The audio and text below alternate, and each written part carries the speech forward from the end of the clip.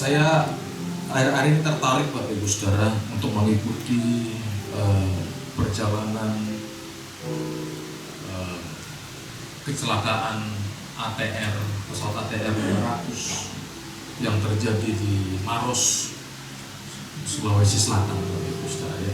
Bapak Ibu ada yang tahu itu? Mengikutinya bukan?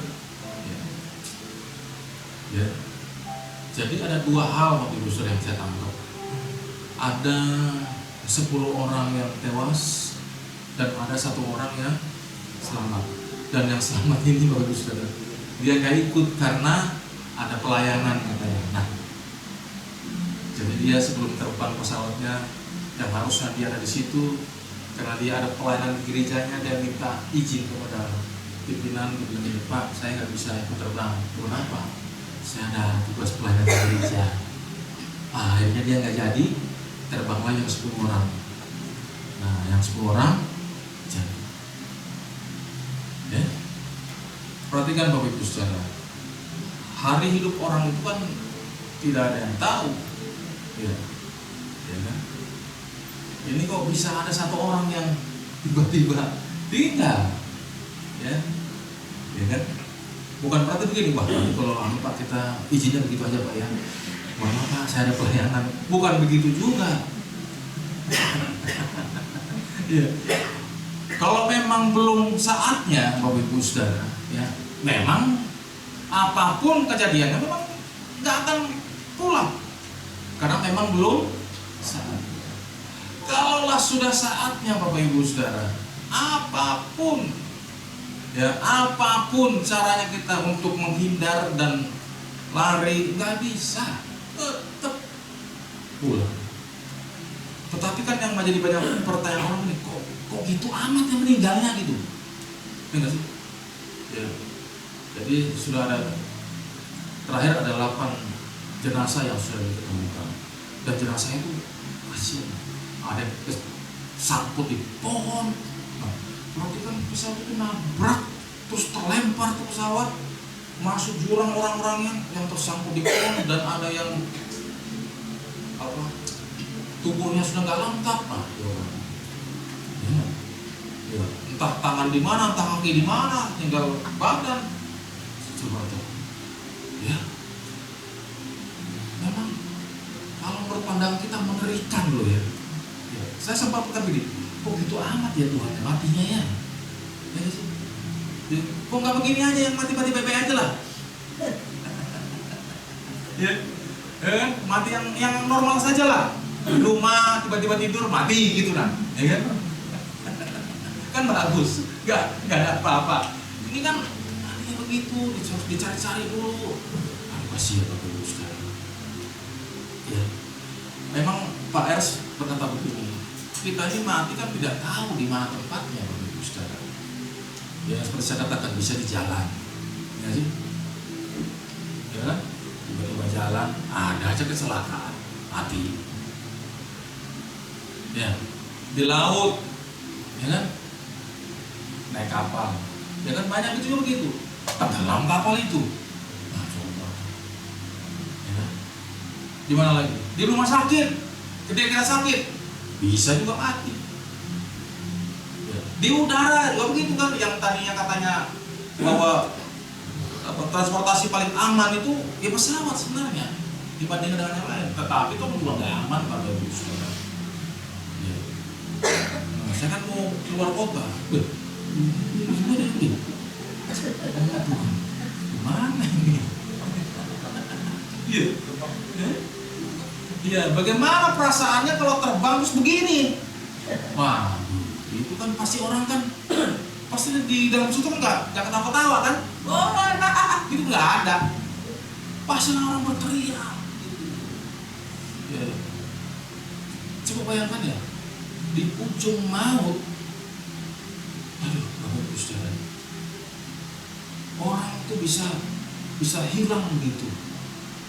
Nah, yang menjadi pertanyaan begini Bapak Ibu Saudara, yang lagu-lagu yang kita bawakan tadi itu, saat pulang menghadap Bapa, yang kita ketemu itu siapa Bapak Ibu Saudara?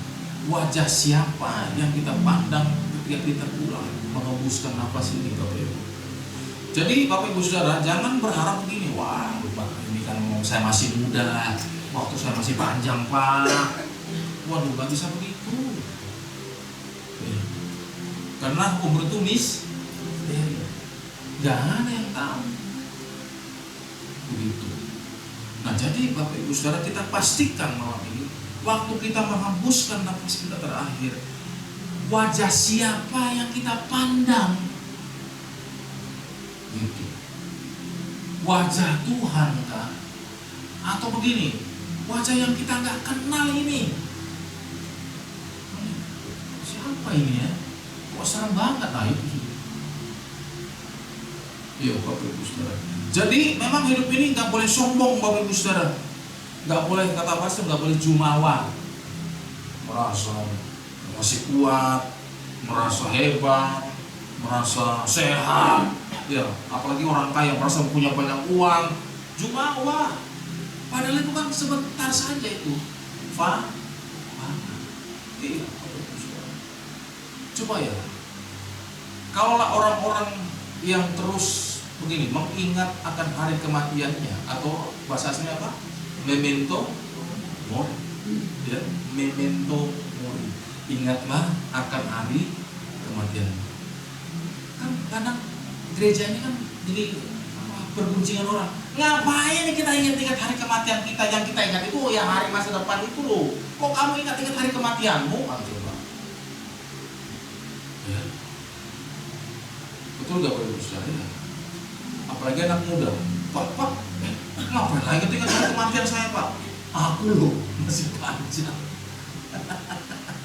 Yang aku harus ingat ini masa depanku masih panjang ini perjalanan. Iya, tetapi jangan lupa kamu juga harus ingat akan hari kematian, karena matimu nih gak ada yang tahu. Nah orang yang mengingat akan hari kematiannya itu orang itu begini, selalu berjaga-jaga dalam kehidupannya, selalu berhati-hati. Ya, karena apa? Kita takut. Jangan-jangan nanti kalau kita pulang ini kita nggak jumpai Tuhan. Ini kan cilaka ini. Sudah susah di bumi, susah juga di sana, terkalah ini. Miskin di bumi, susah di bumi ini. Ya, ketemu si kunyuk ini lagi satu ini. Ya kan? Nah, jangan sampai begitu Bapak Ibu Saudara. Waktu saya merenung ini, aduh Tuhan, gimana ya perasaan orang tua itu melihat anaknya mati dengan cara begitu? Bayangkan, ya, kan? Bagaimana kalau kita punya anak terus naik pesawat mati dengan cara begitu yang,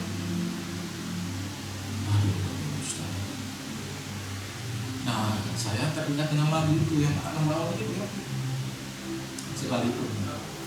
Sekalipun dagingku dan hatiku habis lenyap,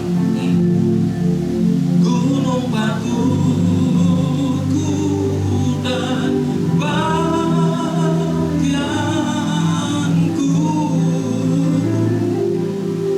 tetaplah Allah selama-lamanya.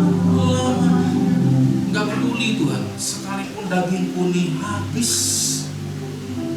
bercabik-cabik oleh apapun, kondisi apapun, tetapi yang aku pastikan ini, Engkau tetap gunung batuku selama-lamanya.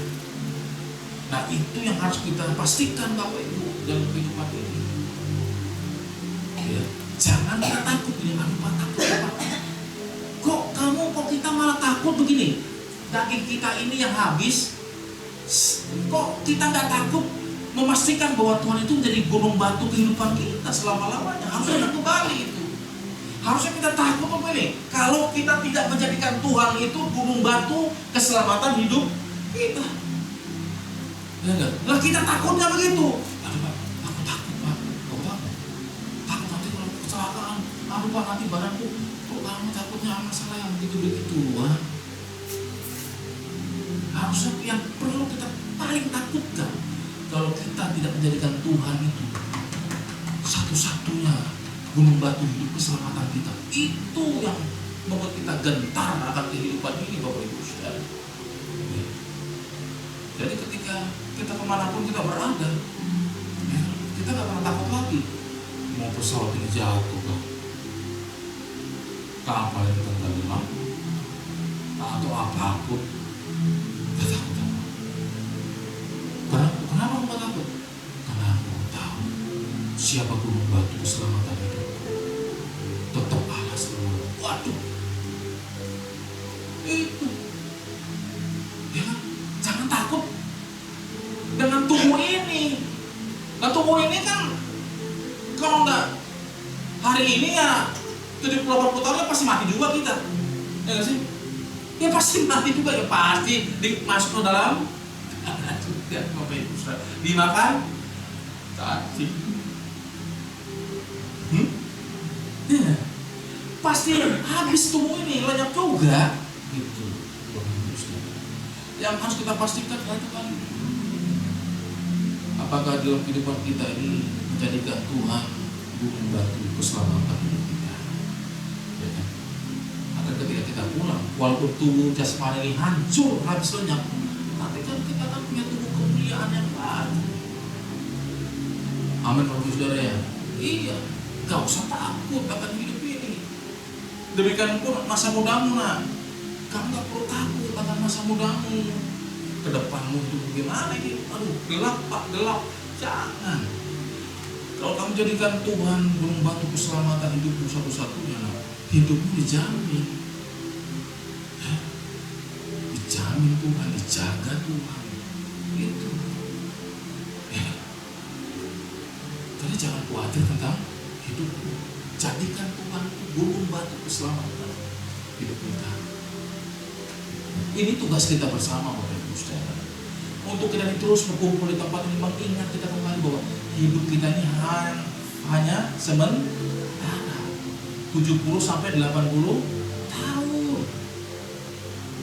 Itu pun kalau sampai. Ya. Dan ingat, akan ada kehidupan yang selanjutnya. Ya, hidup kita ini kan bukan seperti binatang, Bapak Ibu Saudara. Mati, hilang sudah. Tidak, hidup kita kan tidak. Ada selanjutnya, kehidupan selanjutnya. Karena hidup kita ini masalahnya kekal di mana? Itu yang jadi masalah. Kekal di keabadian bersama dengan Tuhan kah? Atau kekal di keabadian bersama dengan hantu ini? Ya, Bapak Ibu Saudara. Nah, hati-hatilah Bapak Ibu Saudara dalam kita menjalani sisa hidup ini, Bapak Ibu Saudara. Ya, bagaimana Pak caranya? Ya, yang kita lakukan sekarang ini, Bapak Ibu Saudara, kita menyanyi, kita memuji, kita menyembah, kita dengar kebenaran firman Tuhan, diingatkan terus kita kembali kan? Waduh, iya, hidup ini sementara Pak. Rumahku bukan di sini loh. Ya. Rumahku ada di langit baru dan bumi. Itu pun kalau hidup kita benar. Nah, belum gak benar, gimana? Hah? Gitu, Bapak Ibu Saudara. Nah, inilah yang pengen saya bagikan buat kita, mengingatkan kita kembali, Bapak Ibu Saudara. Seperti pemazmur katakan, sekalipun dagingku dan hatiku harus lenyap, gunung batu keselamatan tetaplah Engkau Allah.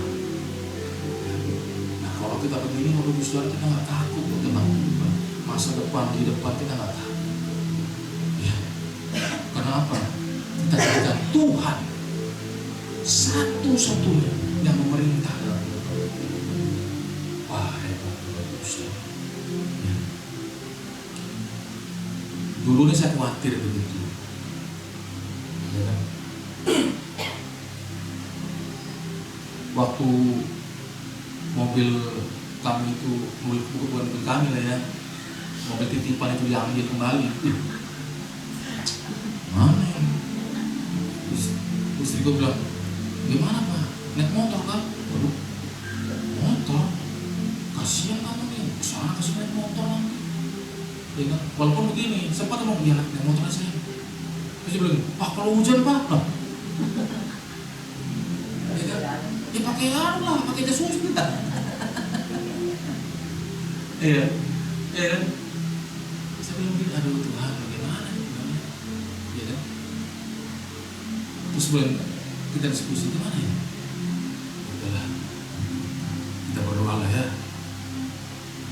Akhirnya kita memberanikan diri untuk ambil kendaraan buat dia. Dan kalau saya kan punya dari kantor, aman saya. Nah kalau dia kan soalnya suka kampung baru, waduh, keliling-keliling dia. Ya kan? Kalau dari motor jadi pembalap nanti dia tuh. Belum biasa. Siapa itu? Pembalap kan, waduh. Jadi pembalap memang. Bukan begitu saya perhatikan dari motor, bukan saudara ya kan? Karena dulu kami juga dari awal dari motor loh. Motor kami itu apa ya? Impresa itu tahun ya tahun berapa itu? Jadi kalau kami bertiga naik mau ke mall itu helm kan kami tutup semua agar jangan ada yang lihat. Nah kalau mau motornya Bapak Metro kan masih bagus. Nah Impresa tua. Waduh. Apalagi anak senang Pak. Kita ke Iwok mati kita ya. Jadi kalau sudah dekat Iwok, nah gitu kan, tutup semua. Biar gini, nggak ada yang kenal. Parkir jauh-jauh. Pak, Bu, kamu sudah pernah mengalami begitu. Ya kan? Itu loh, rumah kita di Batakan dulu ya. Batakan dia kerjanya di Dam, bayangkan naik motor itu. Nah, landasan. Jadi kalau dia pulang ke rumah kami, kita tahu. Kan naik turun nih. Jadi kalau dia naik, istriku pulang. Kenapa? Tahu tuh suara motor itu.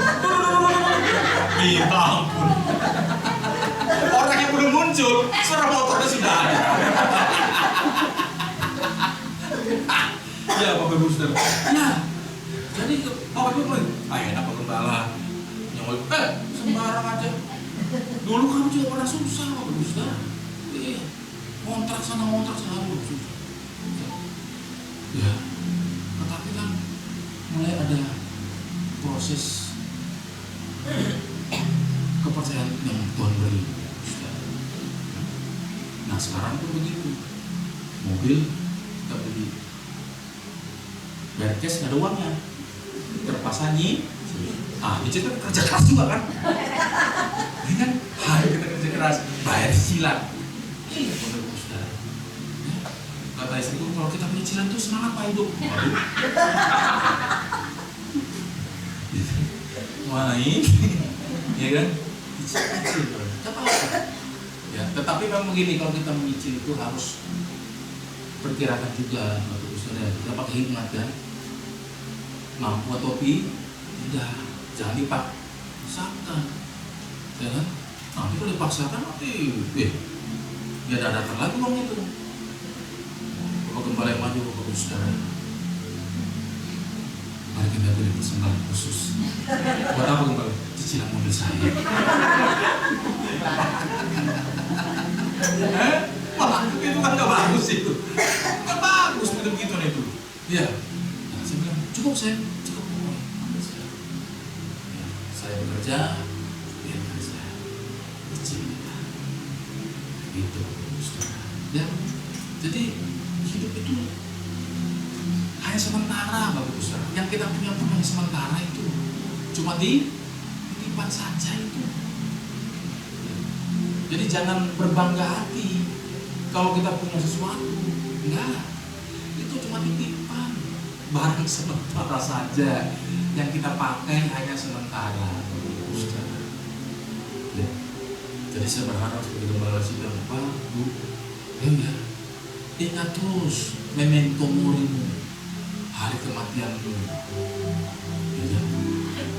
Kalau kita ingat hari kematian kita kan menjaga-jaga akan hidup ini. Dalam hal berbicara kita jaga, dalam hal bertindak kita jaga, berpikir kita jaga. Karena apa? Memento mori kan. Amin Bapak Ibu Saudara. Ya. Selamat berjuang ya Bapak Ibu Saudara. Setialah, datang 2 malam, datangmu, belajar terus, ya. Agar apa? Isi pikiran kita terus diperbarui Bapak Ibu Saudara oleh kebenaran. Jangan malas Bapak Ibu Saudara, apalagi sudah tahun 2026 ini. Ya. Tadi saya bilang ke jemaat, katanya orang 2030 sudah mau dekat. Kenapa 2030? Tambah susah, gelap gitu. Nah, itu prediksi orang-orang Bapak Ibu Saudara. Seperti itu 2030 teman gelap, nanti sini 2026 bagaimana? Jadi cepat berpanding.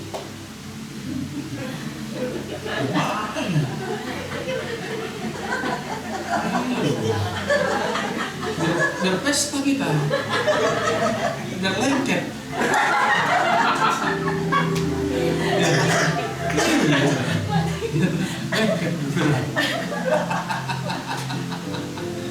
Ya, Bapak Ibu Saudara, amin Bapak Ibu ya.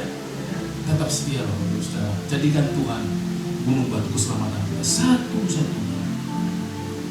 Membuat hidup kita gak pernah takut lagi. Apapun yang terjadi di muka bumi ini, tetap Tuhan satu-satunya, tetap Allah satu-satunya hidup kita. Ya, jawaban hidup kita. Tuhan berkati Bapak Ibu Saudara. Tapi dengan persembahan, sekalipun dagingku dan